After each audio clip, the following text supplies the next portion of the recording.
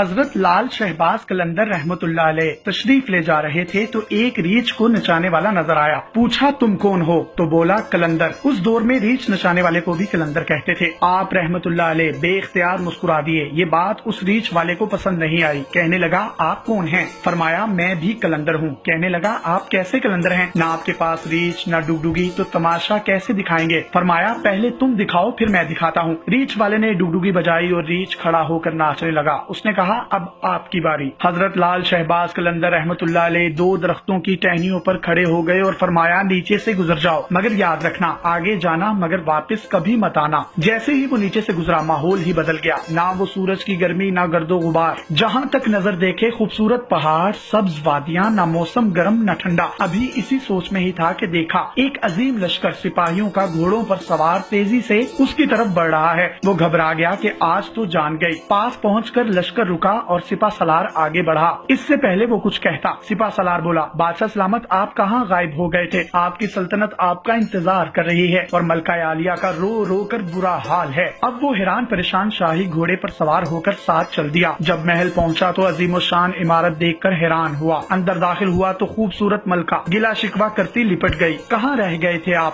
سب بھول کر نہا دھو کر شاہی پوشاک پہن کر تخت پر بیٹھ گیا۔ سالوں گزر گئے، بچے ہوئے، پھر شہزادے بڑے ہو گئے، بڑھاپا آ گیا، جسم سے جان منہ سے ذائقہ چلا گیا۔ ایک دن اپنی سلطنت میں دریا کے کنارے بیٹھے خیال آیا کہ آخر ہوا کیا تھا۔ اسی جستجو میں وہیں پہنچا جہاں پر لشکر تھا تو دیکھا وہ درخت اب بھی موجود ہیں۔ سوچا چلو دیکھتے ہیں کیا ہوتا ہے، اور درخت کے بیچ سے گزرا۔ ماحول بدل گیا، وہی وقت وہی مقام سامنے، اس کا ریچھ اور ڈگڈگی پڑی ہے، وہی گرمی وہی گرد و غبار۔ پیچھے دیکھا تو حضرت لال شہباز قلندر سرکار کھڑے تھے۔ اس کی حالت غیر ہو گئی۔ بولا جناب میری سلطنت، میری ملکہ، میرے شہزادے۔ تو آپ نے فرمایا سب تماشا تھا۔